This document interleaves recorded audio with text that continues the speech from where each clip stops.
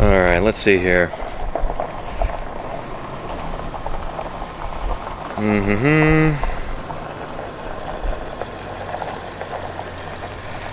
Are we working now?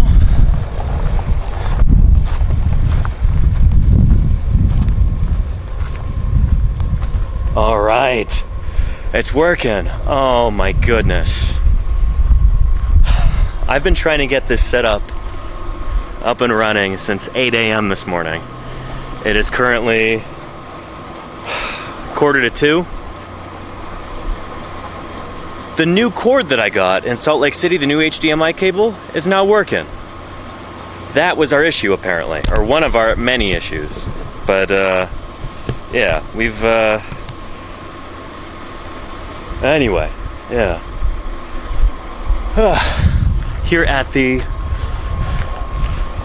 Wyoming Dinosaur Center in Thermopolis, Wyoming. I'm so thrilled that this is working now. Yeah.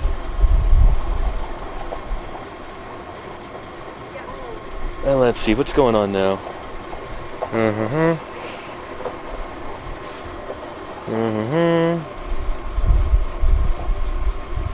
All right.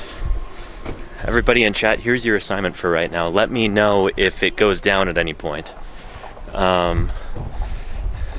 Yeah, some of this stuff is still a little bit herky-jerky.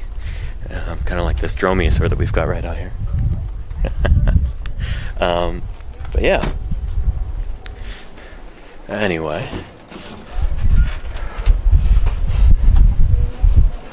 Walking into the museum now. Hey, it's working now. I did, thank you. Alright, walking through the gift displays. I don't have a great deal of time because I need to get on the road so I can get to South Dakota at a decent hour today. But yeah, anyway. Sound alert for admins? Yeah. Here we are at the Wyoming Dinosaur Center in Thermopolis, Wyoming. This big old Tyrannosaurus behind me. Yeah. Let's see, how long do I have here? Well, this stream is going to be as long as it needs to be. But yeah, man.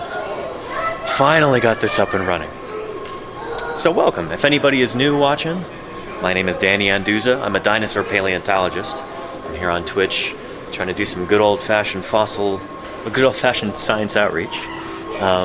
Talking about fossils, discussing dinosaurs, you know, trying to share my passion for, you know, this wonderful world around us and its very long and very interesting history. So yeah. And Faraday roof. Claire, are you good right now? Is that what you're saying?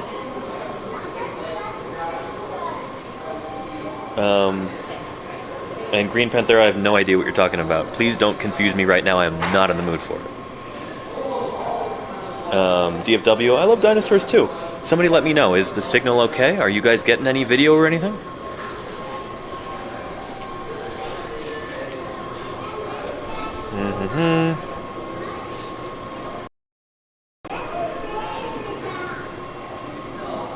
Very pixely distorted. Work today. But sound is top notch? Okay. Okay. Well, that's the thing, is I couldn't get this set up with the Wi-Fi.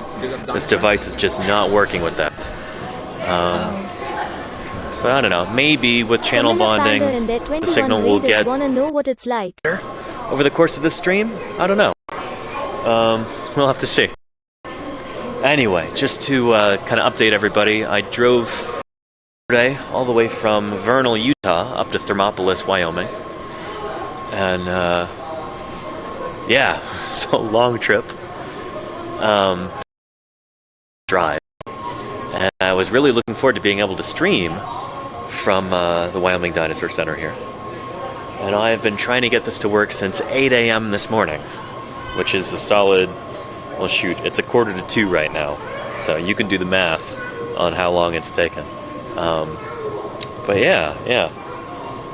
If I keep the camera still, it gets better. Thanks, Green Jericho. I wonder if that's actually true.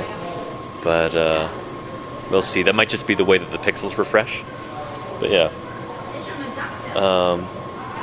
Yeah. Anyway, do you see what's behind me right here? This is one of my very favorite dinosaurs. And we will see some more of these at Museum of the Rockies. But right now, oh, we have one here. Does anybody know what this is behind me? This wonderful critter?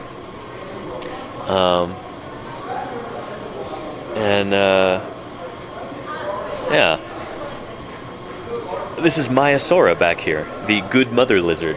Also the state fossil of Montana. This is the dinosaur that made my old boss, Jack Horner, famous. He described Maiasaura as a new dinosaur, and also in studying a nesting colony of Maiasaura, he was able to basically prove that dinosaurs cared for their young. They exhibited parental care, which is one of the discoveries that really kind of changed the public's perception of dinosaurs, and paleontologists' perception of dinosaurs too. It became really obvious that these are not your run-of-the-mill, big, slow, reptilian creatures. These were, dynamic social animals, probably fairly intelligent, maybe warm-blooded. That whole sea change that occurred in our perception of dinosaurs, big part of that started with Maiasaura. So you've got a nest of Maiasaura hatchlings right in there. Yeah. It's Egg Mountain, Green Panthera. Yeah, Egg Mountain in Montana. I was actually hoping to do a stream from there this summer, but Museum of the Rockies has closed Egg Mountain to any kind of work for the summer, apparently. Anyway. And this is really cool. We've got a really nice ankylosaur dinosaur. This is Gastonia. This is from Utah. I think this is one of Jim Kirkland's dinosaurs. A lot of people kind of forget how small ankylosaurs can be. They're not necessarily the largest of dinosaurs by any stretch. Yeah. So here's me for scale right here. Gastonia, not a big animal. And I think this is true of Gastonia.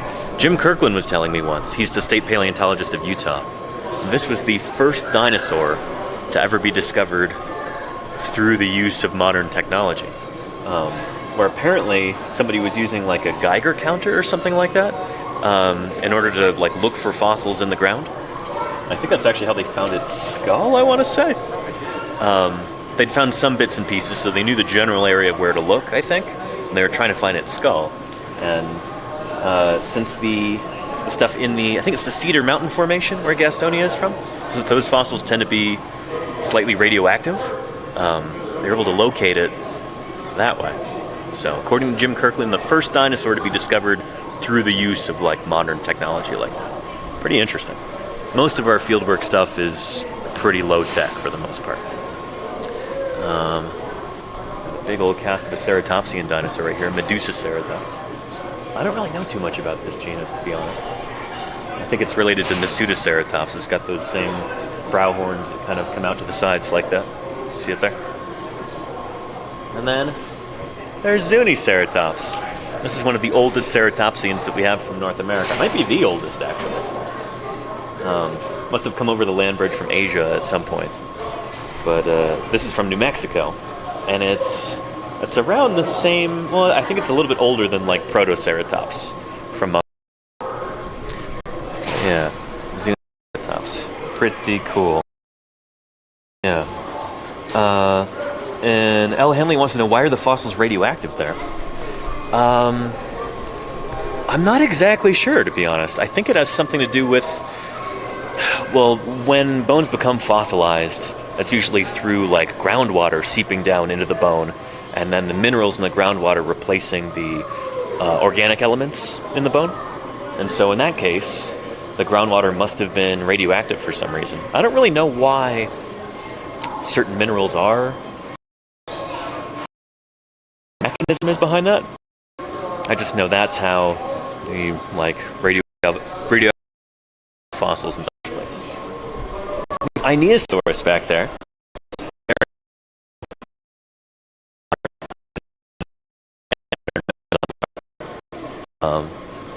Very cool. Do you think dinosaurs are put together correctly? The bones. This.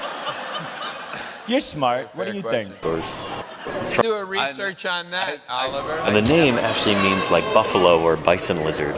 So I think Aineo might be I want to say it's a Blackfoot word from the Blackfoot Indian tribe. I think that's right. Somebody can look it up and correct me if I'm wrong, but I'm pretty sure that's the case. Yeah, Aineosaurus, another important Montana dinosaur. That's cool. I didn't realize that there were like casts of this that museums could get hold of. We'll see some actual Aineosaurus at Museum of the Rockies in Bozeman in about a week or so. But yeah, and there you go. How's the video? Is it getting better at all? I hope it is. Aineosaurus, And then we've got, this is a taxidermy big bull bison. And yes, they do get that big. I've seen some just about that same size down in, or rather up in Yellowstone. Yellowstone's north of me right now. Yeah, pretty cool. All right. Oh, and we were talking about Protoceratops just a minute ago. It's about the same, well, it's actually younger than Zuniceratops, but it's one of these early ceratopsian dinosaurs. and there is Protoceratops right there. It's kind of a smaller one. They get significantly larger than that. Channel before we've talked about that famous specimen with Velociraptor and Protoceratops kind of locked in combat. There is a Protoceratops cast. Very cool. Not full grown, but the skull is, well, I wonder if this is a composite. I wonder how much of the postcrania is sculpted. But very cool. I mean, just by the shape of the skull, it looks fairly mature, but You know what? I think we're starting to understand a little bit about ontogeny in Protoceratops and how the skulls change as these animals mature. and this one doesn't have a huge nasal boss yet. Like, it doesn't have the kind of like little horn that shows up on the snout quite yet. If you look at photos of lots and lots of Protoceratops skulls, some of them, the really big, old, robust ones, with a really pronounced point right there on the nose. And this one doesn't have that yet. So, Yeah. And Izzy, this is Tyrannosaurus right here. I'm pretty sure this is a cast of Stan, the Black Hills Institute Tyrannosaurus specimen. The one that just sold for a ridiculous amount of money after they promised they wouldn't sell it. The poor thing, the teeth are all yanked out. So you see the dark part on the teeth right there? That's the actual enamel. And then the rest of that is root. The roots on the teeth. And I don't know if this specimen was originally found disarticulated or whether they just yanked the teeth out further to make it look more scarier. But, yeah, anyway. It's the sort of thing that BHI does. Look at those forelimbs right there. Those arms are about the size as my arms. And this is an animal that's close to 40 feet long. Yeah. Pretty small arms on it.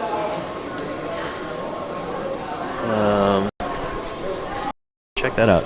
Neat. There's that massive hips right there. That's the kind of the fulcrum of the animal. That's the center of gravity right there. There's that huge pubic boot at the bottom. So that, when the animal was resting, sitting down, that would actually contact the ground. Pretty cool. And then we've got, an Allosaurus skull right here. Let's take a look at this.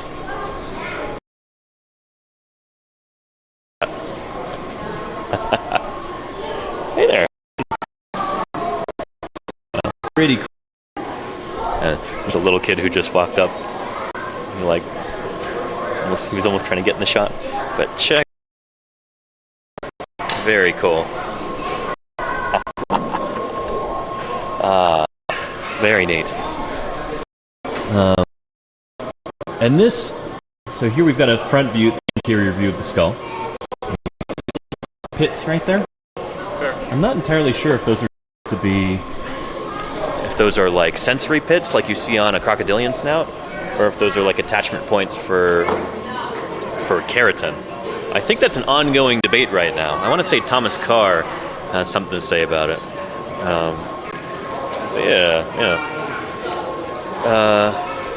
And check out those lacrimal crests right here. See these? So a lot of theropod dinosaurs have ornamentation right there on the lacrimal bone. Even ones that you don't normally think of having that sort of thing. Cryolophosaurus, I think its crests are lacrimal based right there. The lacrimal bones kind of form the crest. Same with Dilophosaurus, Allosaurus, Ceratosaurus. I think even like Guanlong, and some other like Tyrannosauroids have that same kind of lacrimal crest thing going on. It's cool to be able to see this up close. And you can see this is just a cast, and some of it I'm sure is sculpted, but it's got that texture on there. If you look real close up, that kind of wrinkly texture. It would have been like nutrient grooves to help feed the keratin that would be on top of that. So yeah, they almost look like ears. I know, right, Sarah? It's kind of funny. All right, let's check out. This is Hypacrosaurus over here. Yeah, this is cool. We've got a juvenile Hypacrosaurus. This is one of your Lamiosaurine hadrosaurs. And this is a pretty young one right here. We've got a lot of specimens of a Hypacrosaurus. A lot of them from Museum of the Rockies, I think. That kind of show how these animals changed, and you know, as they matured and as they grew, how much they changed, which is pretty neat. It's kind of a wonky mount. You see the scapulae sticking out to the sides there. Those should be like flush up against the ribs. But it's hard to mount dinosaur skeletons properly. It really is. And there's that tail with those beautiful neural spines and the chevrons coming off of the bottom. And it's way too kinked. It almost looks broken at the back. You see that? Behind the plant? Yeah. So, again, this is a juvenile animal. You can see the crest over here.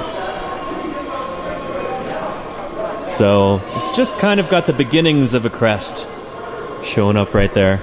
And it will continue, well, if this animal hadn't died before then, if it hadn't had an early death, that crest would have gotten bigger and bigger and bigger until it forms like a big old, almost like a plate, like a dinner plate sticking up out of the top of its head. You can kind of see here how it's hollow on the inside. And there's a series of, like, it's basically a resonating chamber. There's hollows that run all up through it, like a series of tubes that run from the nares, from the nostrils, down up into, like, the windpipe of the animal. And so, think of it like a musical instrument. You know how you have different wind instruments that all sound different because they're different shapes and different sizes? These guys would be the same way, in the sense that when they're young and their crest is a different shape and a different size, they would sound different from the adults. So it's probably something that evolved to help them keep track of each other as they'd move around in groups. Pretty cool stuff. Yeah. And so, and the hands on this are all wrong. Those should be, all those digits should be kind of stuck together. Fleshy mitten. Basically, all of the digits kind of stuck together in like a shock-absorbing, you know, like closely knit hand like that. They weren't. Fingers weren't splayed like that. And like, all right, let's take a look at that Maya back. So, Hadrosaurus, when it's full grown, would be about this size. This is another hadrosaur, another duck-billed dinosaur, like we were talking about. And, yeah, I really like this display, because it's doing what Maiasaura always do in popular depictions. She's feeding her babies. Or maybe he's feeding his babies. Yeah, these are all casts of Museum of the Rockies specimens. Like this one, too. Pretty neat. Yeah. So Maiasaura, again, means the good mother lizard. This is an animal that, you it helped change our perception of dinosaur paleontology in a really important way. So, yeah. It's really cool to be able to see this in a museum and just kind of have, when you get visitors that come to a museum like this, everybody wants to see the big showy dinosaurs. But having some stuff that actually talks a bit about paleobiology, about these creatures as living animals, about their behavior, their lifestyle, social structure, how they raise their young, stuff like that. That's really important. And to have something like that just at a glance, I think is really cool. Yeah.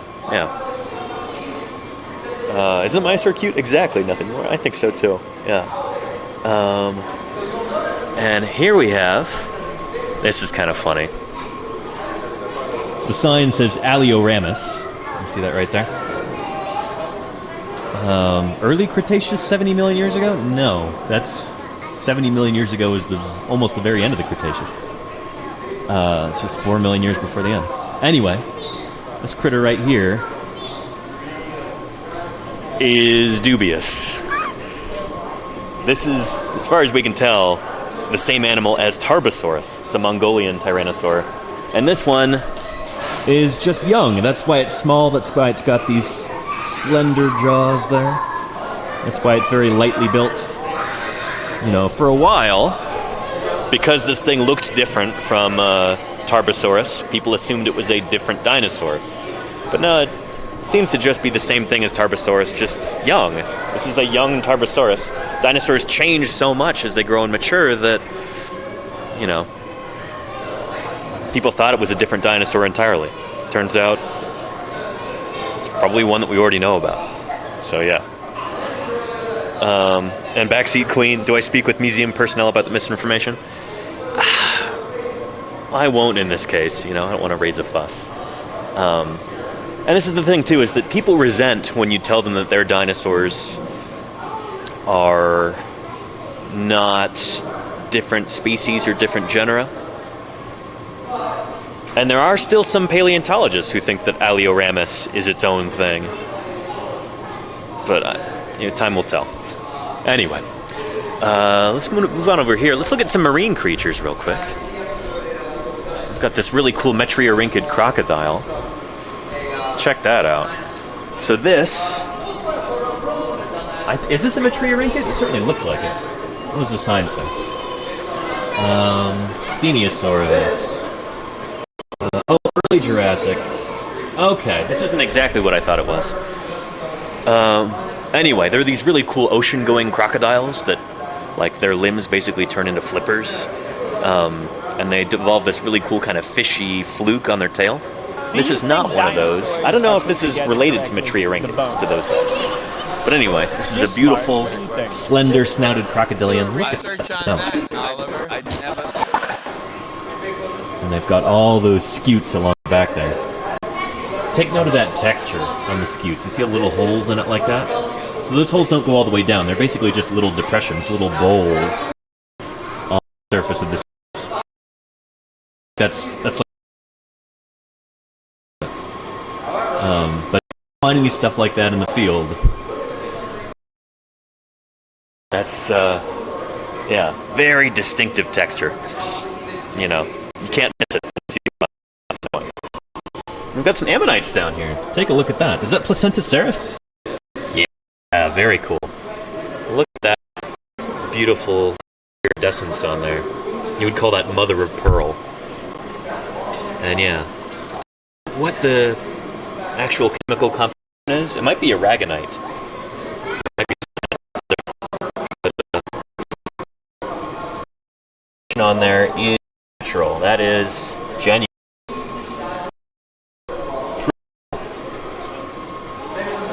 Yeah. Different cephalopods. There is a nautilus. Those are not super closely related to ammonites. Superficial similarity.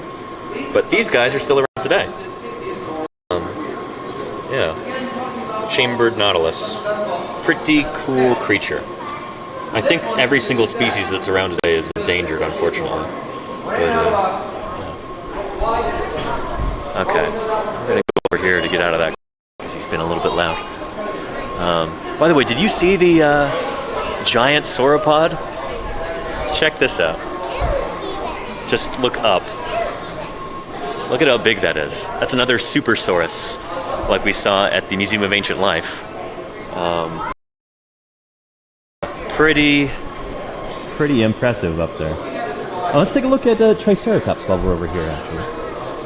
Another one of my very favorite dinosaurs.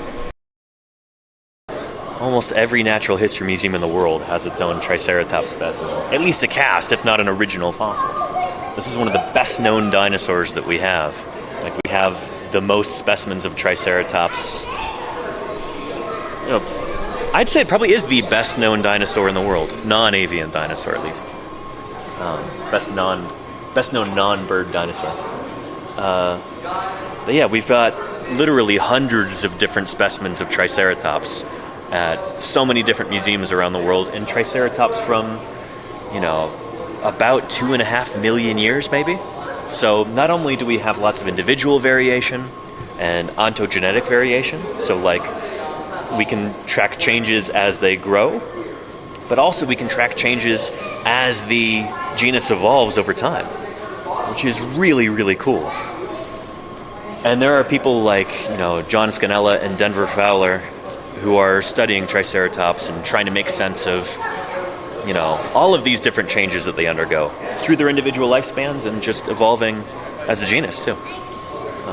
Really cool stuff. We can do stuff with Triceratops, science-wise, that we can't do with almost any other dinosaur. So, yeah. And this is Triceratops horridus right here. You can tell it's got the smaller nose horn on it.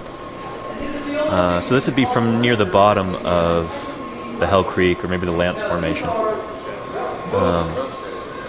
Yeah. Triceratops prorsus later on develops this really big nasal horn. And then those brow horns kind of swoop forward. They become a little bit shorter and stockier. But for here, toward the bottom of the Hell Creek, or maybe the Lance Formation, it's got a small nose horn and pretty big brow horns. This would be kind of a young adult animal. I wouldn't call it a subadult, but it's clearly not fully mature yet. Yeah. And this, let's see right here. Oh, that's definitely a cast, yeah. Pretty cool. There's that enormous thick neck on it. And vertebrae that come out from under the frill, the ones that attach to the head, they're basically just like a solid mass of bone. We call that the syncervical. So, yeah, the cervical vertebrae right there are like squished together in order to help, you know, lift up that really, really heavy head, just support that massive weight. And just look at the size of those cervical verts, the neck vertebrae. Just try to imagine the sheer amount of muscle that would be on this animal required for supporting that head. Just astonishing. Pretty cool. We've got this shaped body right there. And then check out how robust the humerus is. Again, that big heavy head requires a lot of support, and that's what these forelimbs are for too. And it's interesting how the hind limbs are so much longer than the forelimbs. You kind of wonder whether these guys, whether they could rear up on their hind legs and, you know, eat branches from the tops of some trees or something like that. I don't know. I've seen reconstructions of that kind of thing before. Greg Paul had some cool paintings of Chasmosaurus rearing on its hind legs, kind of doing a threat display or something like that. It was neat stuff.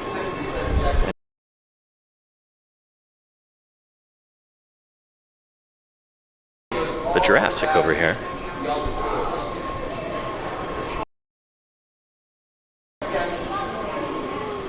And let's see. Yeah. Izzy says, I wonder if parrots got their beaks from Triceratops? Well, they wouldn't. Triceratops went evolved from dinosaurs back during the Jurassic period.